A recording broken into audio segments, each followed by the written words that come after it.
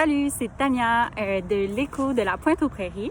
Aujourd'hui, je vais vous montrer à l'aide de mes collègues comment préparer les planches afin de semer les cultivars, les semences hâtives. Alors ici, on va venir utiliser une pelle.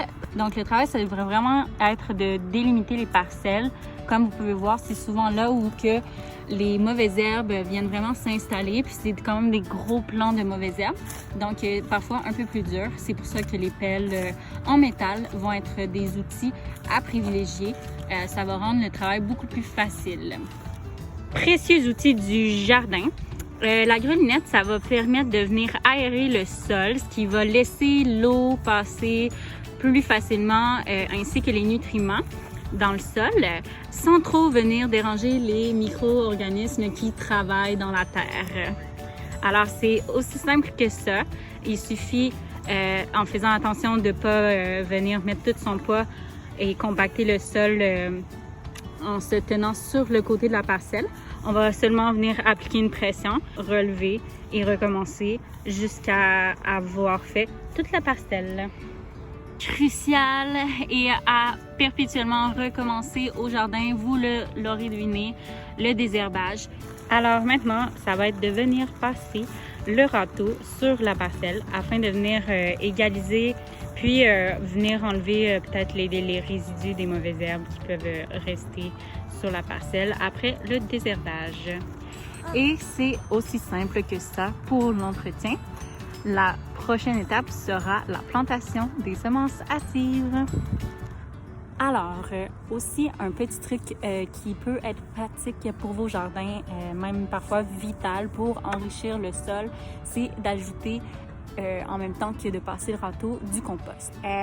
Le compost, en fait, c'est ça, comme je disais, vient vraiment enrichir votre sol. Par contre, c'est important de respecter un ratio 1 tiers de compost pour 2 tiers de terre afin de ne pas venir brûler vos racines.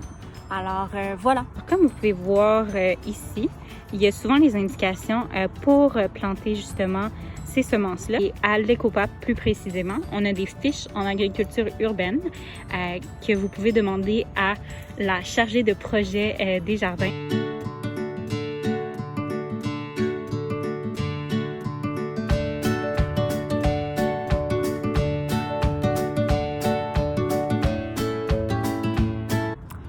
Autre petit truc de pro, lorsque vient le temps de semer, c'est toujours une bonne idée de mettre entre 2 et 3 semences par trou afin d'assurer une plus grande production. Aussi parce que le taux de germination varie dépendamment de la semence, dépendamment du nombre d'années qu'on a ces semences-là. Et de plein d'autres raisons variables que vous pouvez suivre dans divers de nos formations ou vous informer auprès de nos horticultrices pour en savoir plus. Et puis finalement, la dernière étape, ce sera de venir arroser vos parcelles. Mère Nature est avec nous, mais habituellement, il faut s'armer d'une arrosoir et venir humidifier notre sol.